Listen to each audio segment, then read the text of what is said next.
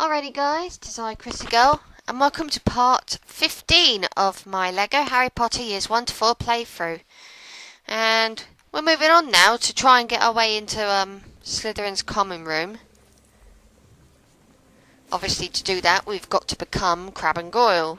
We know how to make Polyjuice Potion now, so we're going to use that to our advantage to become Crabbe and Goyle. And get in that common room. And I do apologise for yawning. It's coming up to 5 o'clock in the evening, so it's not late. Characters token you can get once you have Reducto, by the way, if you didn't notice it already. Just over there. A lot of this is just me trying to remember where the potion ingredients are hidden. Sadly, I am thick, and a lot of these things aren't immediately obvious. It's what comes from being a dumbass. So...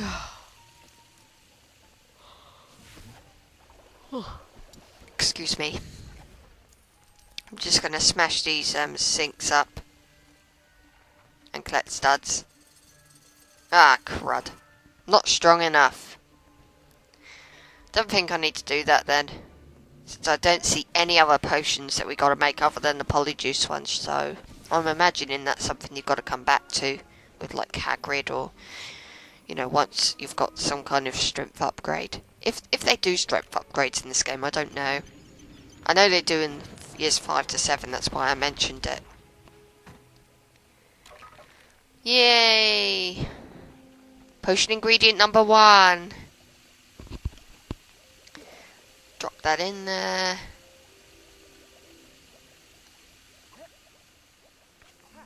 Hold on, I think there's actually only one ingredient we've got left to get. When did I get the first one?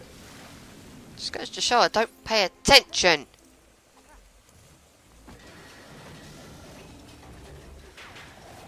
I know that one of the ingredients is in there.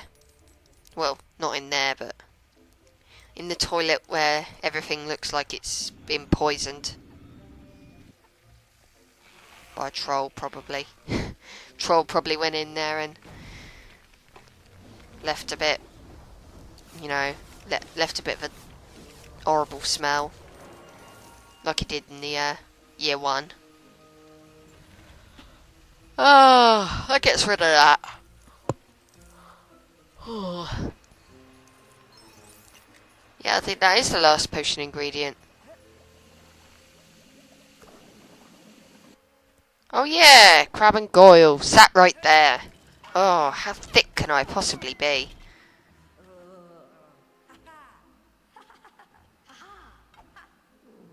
Gotta love how they just... oh, Hermione. Gotta love how Harry and Ron just look like they're wearing silly hats in the hairstyles of Crabbe and Goyle. The reason they do it like that is just so that you know who they are. But why can't they just transform into Crabbe and Goyle? I don't get it. Because it just looks like they're wearing silly hats. And how did we get over here so quickly?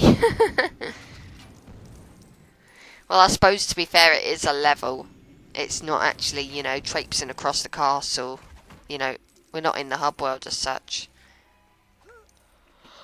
Oh, I do apologise for the yawning. I have no idea why I'm so tired. I could just take a nap, but I can't be bothered. And I really want to get Chamber of Secrets done. You know, year 2.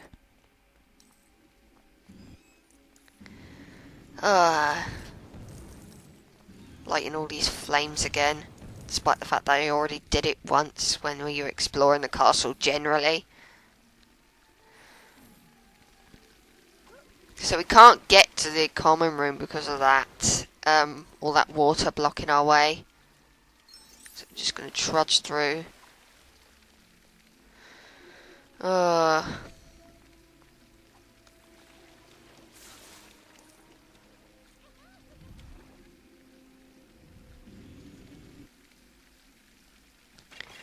think there's basically going to be a snake that's going to be constantly going around and causing mischief in a minute.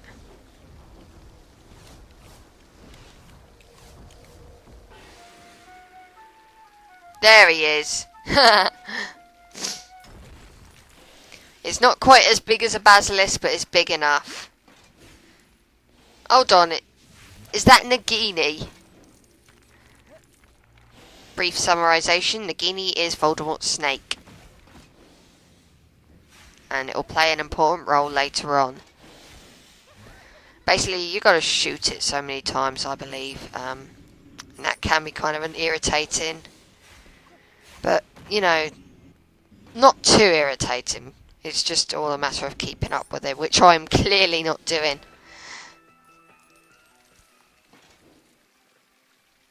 What do you know? Hitting the music box actually gets us something over here. Or is that the fish that's done that? I don't know. I'm not paying attention. I never pay attention. I've just been very distracted lately, guys. I do apologise. Let's just say things have come up and just leave it at that. Not necessarily to do with me or anything, but, you know.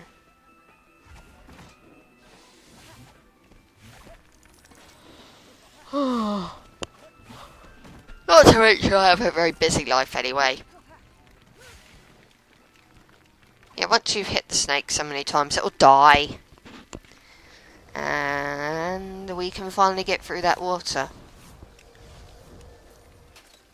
By creating a suit of armour. Because we're not strong enough to do this, so we've got to build a suit of armour to do it for us. Harry and Ron really need to get some exercise. At least then they might not be so unfit. So now that the water's stopped, we can get inside. Because after all, you know, we look like Slytherins. It works out a bit differently here. Because obviously it just looks at you and says, if you're a Slytherin, you can come in. There's nothing to do with passwords in this game. It just recognises if you're a Slytherin or not. At least that's the impression I'm getting. Because if Harry and Ron knew the password as Gryffindors, it wouldn't matter that they didn't look like Crabbe and Goyle. So this is the Gryffindor... No, Gryffindor. What the hell am I saying? This is the Slytherin common room. This is where that douchebag Malfoy, you know, comes at the end of his school day. Just like we go to Gryffindor common room, he comes here. I feel sorry for him in a way because it's really, really, you know, dank and dark and it doesn't feel as homely as the Gryffindor common room. Definitely not.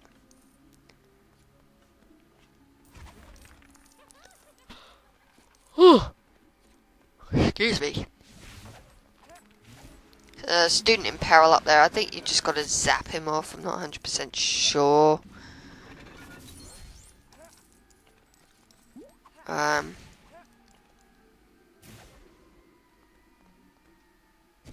100% sure because I can't get him off. I think you do. Come on, Harry. Always keeps hitting the glasses. That's a problem. That is definitely a student in peril. I'm 100% sure of it. Though why the hell you would rescue a Slytherin, I don't know. Unless, you know, the Slytherins took him captive or something. Nah. Not all Slytherins are bad, as, you know, later on in the series we find out. You know, there are quite a lot of bad Slytherins. But there's some good ones as well. It's the bad Slytherins that make the good ones look really bad. It's just one of those things.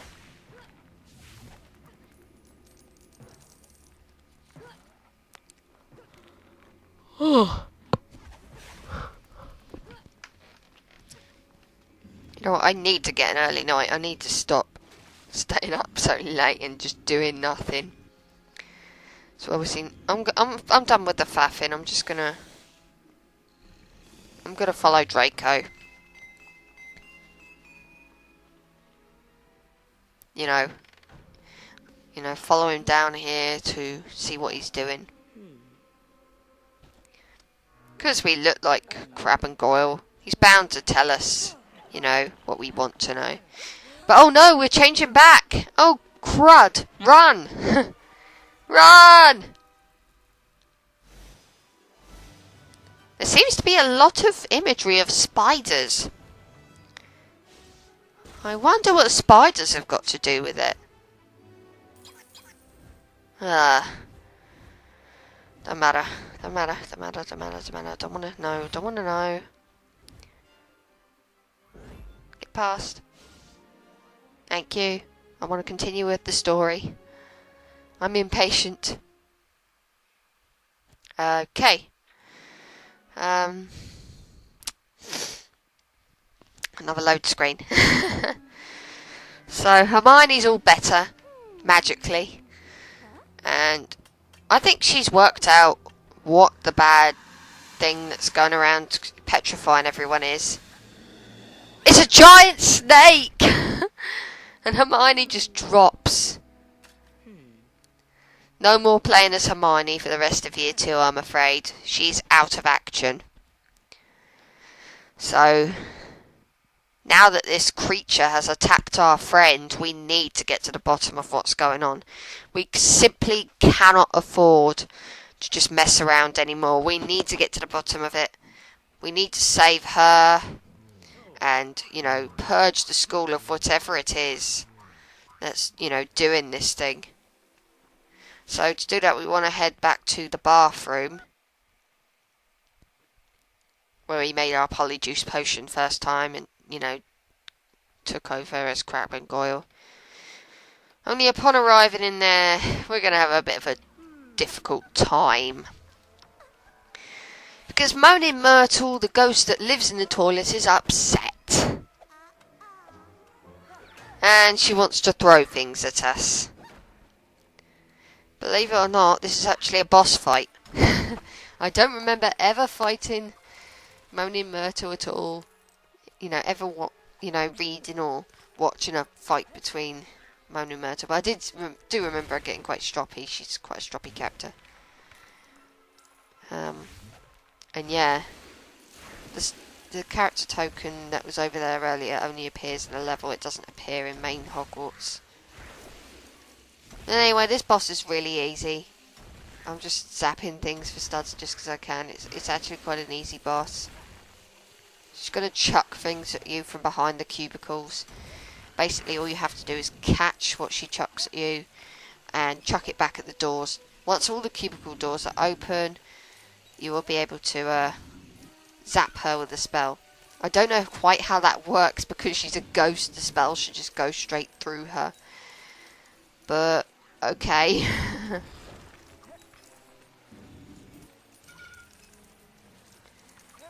Okay, come on.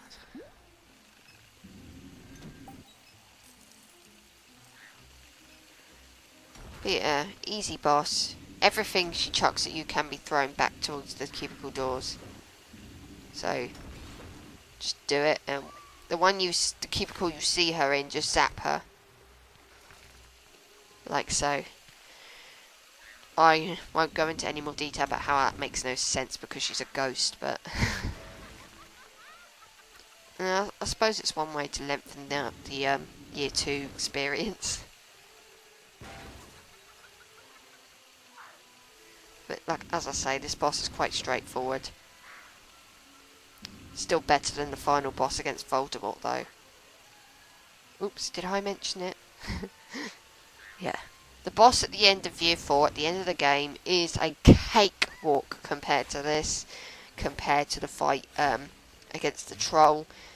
Those fights were all more enjoyable than the final boss, in my personal opinion. But you'll see why I feel that way when I get there. I've got another couple of years to work through first.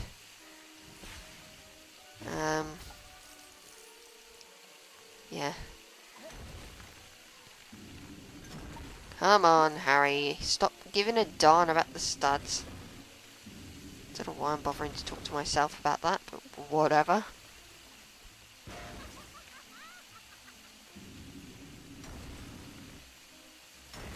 It isn't always clear which cubicle she's in because all these things come from all different directions.